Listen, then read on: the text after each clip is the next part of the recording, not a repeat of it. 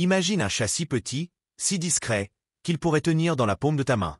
Le chat le plus petit du monde, vivant dans des forêts denses où chaque ombre peut cacher un danger mortel. Comment une créature aussi minuscule survit-elle dans un monde si brutal? Reste avec nous pour découvrir l'incroyable et souvent difficile histoire du chat rubigineux, une existence passée à maîtriser l'art de ne pas être vu, jusqu'à ce que ce ne soit plus suffisant. Cette forêt dense pourrait être ici ou même là. Quelque part en Inde ou au Sri Lanka. C'est là que vit ta mère, une magnifique chatte rubigineuse.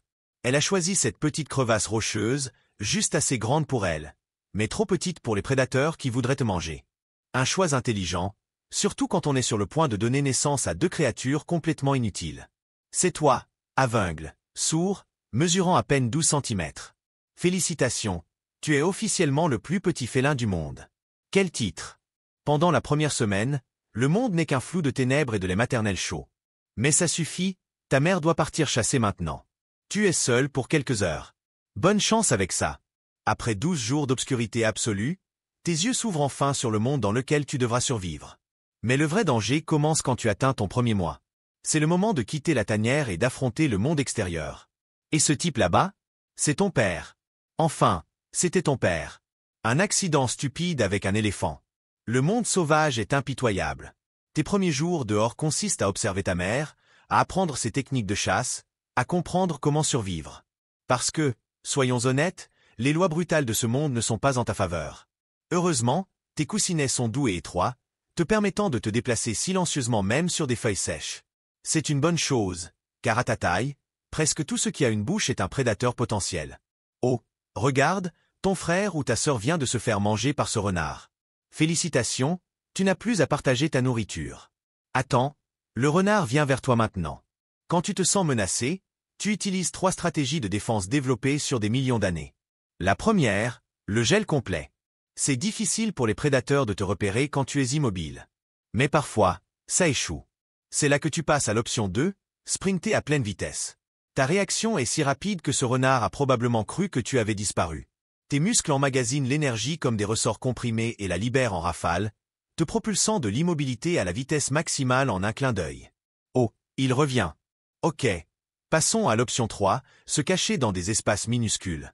Tu te faufiles dans des crevasses où le renard ne peut pas te suivre. C'est là que tu apprécies vraiment les avantages d'être petit dans ce monde infernal. Toute cette course t'a donné faim. Tes premières tentatives de chasse visent des insectes et de petits reptiles.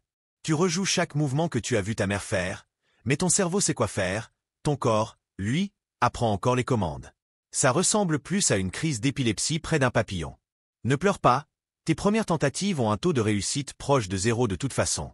C'est pourquoi maman prend le relais et te donne quelques morceaux de sa proie. Oh, regarde là-bas. Une créature rare, rarement vue dans ces bois. Un humain. Et il pleure abondamment. Que fait-il? Il exprime son anxiété. La plupart ne le remarquent même pas. Mais la fin du printemps est le pic d'anxiété chez les humains. Des jours plus longs, des priorités qui changent. Mais tu ne le sais pas, ton monde se résume à essayer de ne pas mourir. Tu pourrais lui offrir un lézard? Non, ça ne marche pas. Quand tu atteins 6 mois, tu deviens un peu agressif envers les autres chats. Ce n'est pas personnel, c'est l'instinct. Ton espèce préfère la vie en solo. Alors, tu fais tes bagages, minuscules, et tu quittes ton lieu de naissance comme un adolescent rebelle pour revendiquer un nouvel endroit qui correspond à tes goûts raffinés. Tu ne t'éloignes pas trop du territoire de maman, tu es encore jeune et pas exactement un guerrier aguerri. Tu choisis donc un petit coin proche que tu peux défendre sans te ridiculiser. Tu marques ton territoire avec ton urine qui sent le popcorn au beurre. Même les prédateurs pensent qu'ils sont au cinéma. Tu patrouilles tes frontières avec le sérieux d'un minuscule agent de sécurité à fourrure, chassant tout autre chat qui ose s'approcher. Pas de visiteurs autorisés. Il faut respecter cette confiance, même si tu tiens dans une main humaine. Ta routine quotidienne est simple. Dormir toute la journée dans des endroits improbables, puis émerger au crépuscule pour chasser. Tes yeux verts brillants, grâce au tapetum lucidum, te donnent une vision nocturne 6 fois plus sensible que celle d'un humain. Tes oreilles peuvent capter la respiration d'une souris à 15 mètres.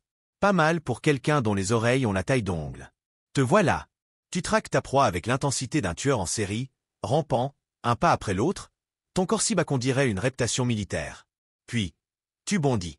Tes petites mâchoires se referment sur une souris faisant presque 2 fois ta taille. Tu es peut-être petit, mais tes dents sont acérées et ta morsure étonnamment puissante pour un chat qui pèse moins qu'un paquet de sucre. Dîner servi. Si tu arrives à le traîner sans trébucher. Remontons le temps. Tes ancêtres appartenaient à la lignée des Prionellurus. Alors que la plupart des félins suivaient le manuel évolutif standard. Devenir plus gros, plus fort, plus effrayant, ta branche familiale avait d'autres idées. Pendant que les grands félins se battaient pour savoir qui mangerait le cerf, tes ancêtres vivaient des restes écologiques, les micro-niches où personne d'autre ne pouvait physiquement tenir. Le succès de ta famille n'était pas basé sur la férocité, mais sur le fait de ne jamais être remarqué. Tes ancêtres subissaient plus de pression en étant chassés qu'en chassant. Ceux qui faisaient du bruit ou prenaient trop de place devenaient le déjeuner de quelqu'un d'autre. Ce qui reste après des millions d'années, c'est la version féline du minimalisme. Dépouillé, silencieux, optimisé. Moins de muscles, mais plus d'efficacité, c'était la stratégie génétique.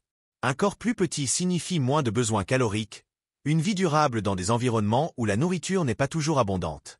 Tu es devenu meilleur pour grimper aux branches fines, sauter avec précision et naviguer dans une végétation si dense qu'elle donnerait la claustrophobie aux autres chats. Tu n'es pas un chat domestique miniature devenu sauvage, tu es le produit d'une stratégie évolutive complètement différente. Pendant que tes cousins devenaient des lions et des tigres, tes ancêtres ont pris l'approche inverse. Rétrécir, disparaître dans le sous-bois. Et d'une certaine manière, ça a marché. Enfin, plus ou moins.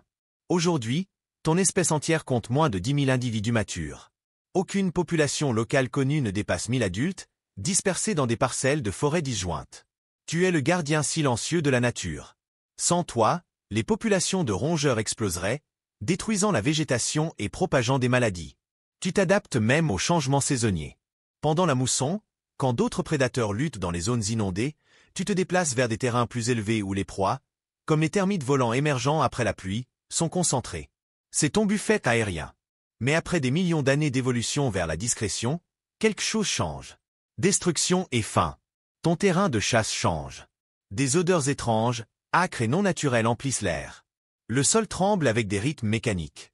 Ça a commencé par des rugissements lointains qui effrayaient les oiseaux. Puis les humains sont arrivés avec des engins qui abattent les arbres, envoyant des fracas assourdissants à travers ton territoire. Chaque jour, ils avancent plus profondément. Au début, tu t'es adapté, changeant de route, trouvant de nouvelles cachettes. Mais la destruction s'accélère. Le sous-bois dense disparaît. Tes sentiers ne mènent plus nulle part, juste de la terre nue et des souches. La chaîne alimentaire s'effondre. Tu es forcé d'entrer dans des habitats marginaux, trop exposés, trop dangereux, où la compétition avec d'autres créatures déplacées est féroce. Tes chasses deviennent désespérées. Tes muscles s'atrophient. Un matin, des machines massives approchent, les vibrations secouent tes os. Tu fuis ton dernier refuge. Tu te retrouves sur une étendue inconnue, des champs là où se trouvait la forêt, puis au bord d'une route sombre la nuit. Des lumières aveuglantes se précipitent sur cette rivière noire. Tu tentes de traverser. Une fraction de seconde, un impact violent. Le conducteur ne s'arrête pas, ne remarque même pas ce qu'il a heurté. Juste une autre ombre, trop petite pour compter. La pluie lave les traces de sang, effaçant la preuve que tu as jamais existé, pendant que les machines continuent de dévorer la forêt au loin. L'UICN te classe comme quasi menacé, mais ce terme capture à peine la réalité. Ton avantage évolutif, l'invisibilité, est devenu ta faiblesse. Comment sauver quelque chose que la plupart des gens ignorent exister? Je me demande ce qu'il adviendra de ce monde après ton extinction, toi qui maintenais l'équilibre en silence. Quel dommage! Vraiment!